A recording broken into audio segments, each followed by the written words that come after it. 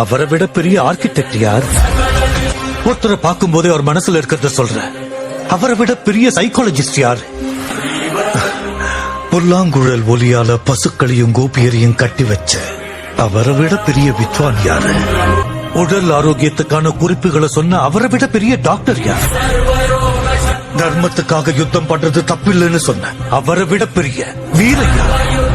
வறட்சி பஞ்சம் இல்லாம மக்களை பார்த்துக்கிட்டு அவரை விட பெரிய அரசன் யார்? யாகங்கள் மூலமா மழைய வர வச்ச அவரை விட இயற்கையை புரிஞ்சுக்கிட்ட கிளைமேட்டாலஜிஸ்ட் யார்?